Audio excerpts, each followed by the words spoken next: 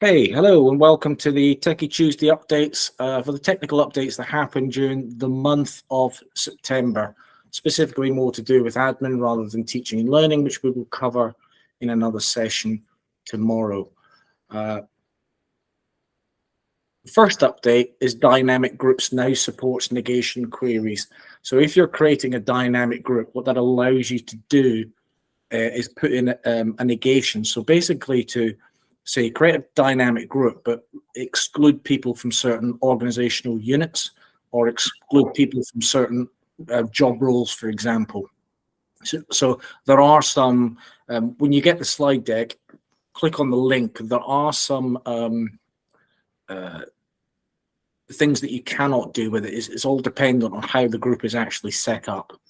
But that's just an additional functionality for your dynamic group creation. The next one is if you're using BigQuery. From an admin point of view, there's nothing that you need to do about this. And even from a user point of view, there's nothing you need to do about this. This is just, they've increased the amount of data that you can actually process through BigQuery. So if you're doing big data sets, you know, they increased their pivot tables, previously 30,000, it's now 50. And data extracts have gone from 25,000 to 50,000. So just more functionality for you to pull your data out and analyze it. This next one is if you're using Google Voice. We all know that the Google Mail have got very strong spam filters built in. This is now if you're using Google Voice on a Chrome device or an Android device, if a call comes in, because Google's AI can filter the sort of the numbers that are actually being used and cross-reference those with databases that they've got. Google will then, as your Chromebook or your phone rings on your Google Voice, it will tell you that it is suspected spam. And then you can either say, yes, that is spam, or no, it's not spam, and then take the call. So again, if you're getting cold called or you don't recognize the number, you'll very quickly be able to sort of like bat that off to the spam. This one is if you've got your Google Workspace connected to your external directory. Fairly useful. Rather than placing users in specific OUs, you can now actually store an attribute based on your external directory containing the full path of the OU. So for example, if you've got department, and then within department in your external directory, you've got things like finance, HR, English, maths, whatever. You can place those users, and that based on your external directory, it will then place them in an OU in Google based on that external directory. This next one is a bit of a big one, which you should be aware of. Another Google app joins the Google graveyard, as we call it. Jamboard, both the app and the screen are end of life. They are going to the graveyard. The key date for this is the end of September next year. So what will happen in the end of September next year, on the 1st of October, anyone who's got any current Jamboards on their Google account, those will switch to read-only. And then by the end of the year, so December next year, anyone who hasn't actually removed, taken out their Jamboards that they still use will lose access to them because Google will delete them. What Google are doing instead, because there are certain other apps like Miro and things like that that have, infinite screens and things like that, they've now decided that their Jamboard app just isn't up to it. So what they're going to do is they're going to move it over to third-party integration. Similarly, with the Jamboard hardware, if there are any schools that have Jamboard hardware or colleges that have Jamboard hardware, they will support them up until the end of next year.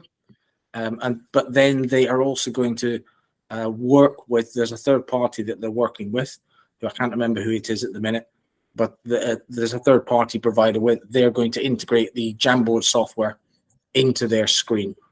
So that's just something, if people have been using Jamboard over the years, the app in particular, if they've got those Jamboards in their Google Drive, they need to get them out of the Google Drive. The next one is Duet AI. There's been a lot of talk about Duet AI. It's something that is new even to us at C Learning. We've just recently acquired licenses for Duet AI. But this is the AI that can be plugged in, and you can see there on the screen. I'm not going to read them all out, but we've just started playing with it. We only got the licenses last week, but so far so good. You can literally have it create an email for you. You can have it create you a Google slide presentation, which I haven't used in this instance. So this is not Duet AI slide deck.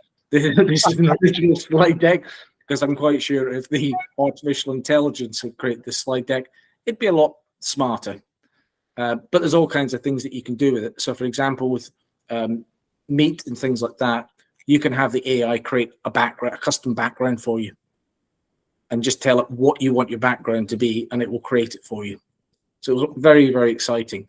The other thing about Duet AI licensing is we had confirmation from Google last week, I think it was, that the Duet AI licenses work very similarly to the teaching and learning licenses, in that they are not assigned specifically to one person. So you can actually have a pool of Duet AI licenses and remove them from one person and assign them to someone else. How much are the licenses again, James? I knew you were going to ask me that, and this is where Chris should be on the call. I don't know. Is it that I don't deal with the money side of things. No worries. But I will find around about 34, but I'm not sure. About 34 quid, actually. Yeah, it's something like. I mean, to be honest, Google are still sort of like putting together their sort of pricing structure for it, even though they've announced it already. So they haven't actually got to the details, so to speak. But there'll be more coming on this soon. But it's just, if when you get the slide deck from Chris, you'll be able to click on these and see exactly how you can do it. Very, very, very powerful. And it's something that I've been having fun with. For example, I asked it to create my colleague Paul, who can't be with us today, to send an email recommending him for another job, and it wrote this fantastic email, absolutely fantastic email. And all you have to do is just tell it who the person is, what you want it to say, just in a few words, and then hit boom, and it creates it for you. So the amount of time that you could save, if you think about documents, policy documents, using the AI, can go out there and use large language models and like pull it all in for you. And I think with the AI, it's the way you ask it to do stuff is how you get the best stuff out of it. So that's a bit of a learning curve. Yeah, that's the learning curve. Yeah, that's definitely the learning curve. And I know that Paul is working on putting together some training packs about Duet AI, which I'm sure he'll share with you once he's. Like I say, we only got our licenses last week, so we'll give him a few days to get on it. Not too long though. Not too long, no, because everyone's asking about it at the minute. I can imagine. And that is it. So I just the other update that I was going to share, which we spoke about before the recording started, was the changes to YouTube. YouTube, lots of educational establishments are discovering that people trying to embed YouTube videos either into a classroom or into a slide deck, where they may have used that video in the past, it will embed the thumbnail image, but it won't actually play the video. It'll say the video is unavailable. Yep. Even though it's worked in the past. Now that is correct. Yeah. So there's two reasons for this. There has been a change made by Google, a small change apparently. They say it's a small change. No, it's not. It's a big change. It's huge. It is. Well, they're calling it a small change. The two reasons for it could be if a video has, for example, adverts in it. So if a video has advert links in it, then it won't play the video within the Google Education Workspace environment because it's ad-free. That's one reason. The second reason that they've made the change is that they are moving to, and I don't know whether I'm allowed to say this, but anyway, Are you going to tell us? Yeah, this is not to be disclosed. They're going to be moving people to the YouTubeeducation.com, which is going to be ad-free, requires no authentication, and will work across all of the apps within an education domain. When that's going to be rolled out entirely, they haven't told us, but that's the shift. They used to have the YouTube for education, if you remember, and then they pulled that, and now they've decided that they're going to go back to some form of that, is my understanding. I may be completely wrong on that, but that's what I've been told. So, in other words, we're stuffed. No, not necessarily, Tony. We had this problem a couple of weeks ago, and so the way I think the way it's set up in the admin panel is that all videos or some videos are set at 18 plus, so therefore they don't play. So we switched it off. I knew there had to be something in the admin panel. Yeah, don't ask me where it was. One of the there was also there's also the change as well to the you probably got the notification in your admin console about when it comes to the age related settings. Correct. To do with third-party applications as well. Yeah. So that's another. You need to sort of like accept the terms, and then as an admin go in and do an audit of those third-party apps to see whether they are, the age setting for the app is applicable for the age setting of your users. Yeah. So can I just ask a question a minute? If we just go back to the videos for a second. Yep.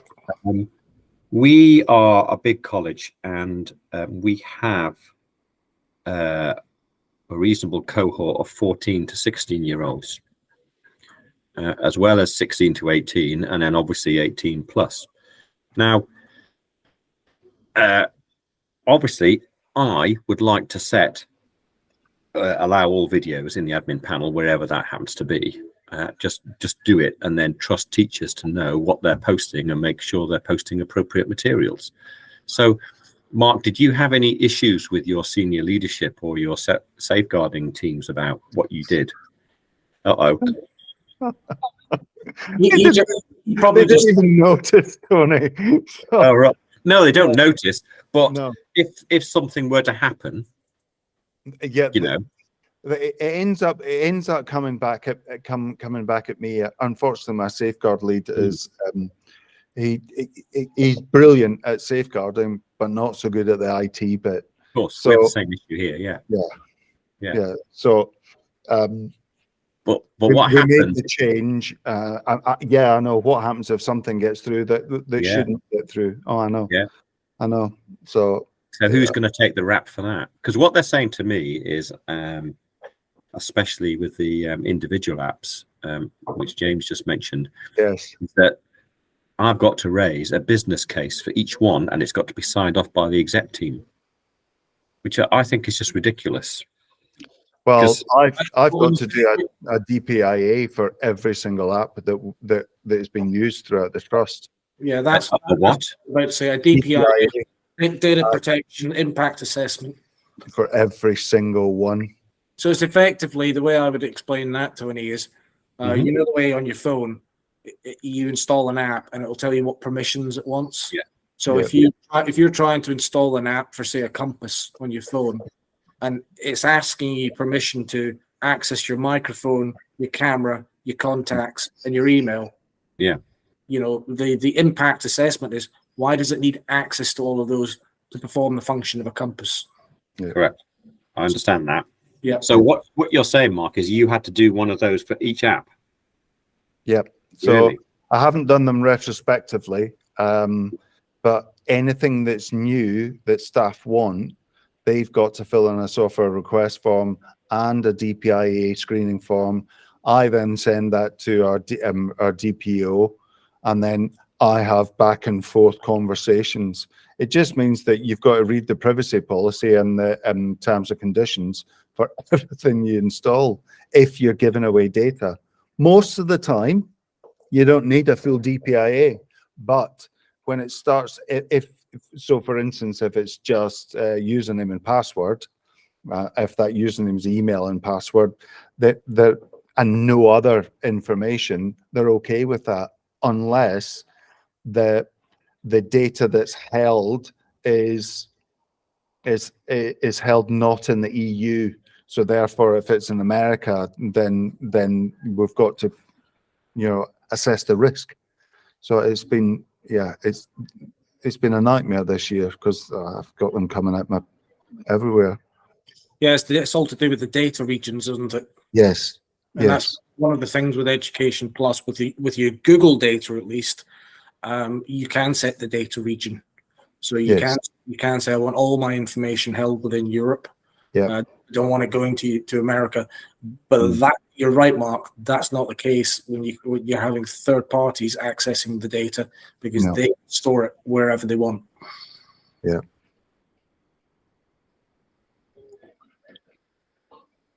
I think you're muted, Tony. Oh, sorry. So, yeah, I can see a big job coming on here. I'm going to have to. If it helps, Tony, we have employed Judicium. I don't know if you've heard of them. They're quite a big company, but we had a standalone DPO, but I now run it all past Judicium, which actually makes it a bit easier for me. It means that I'm not doing a full DPIA for everything, only the ones that they say, actually, this isn't good.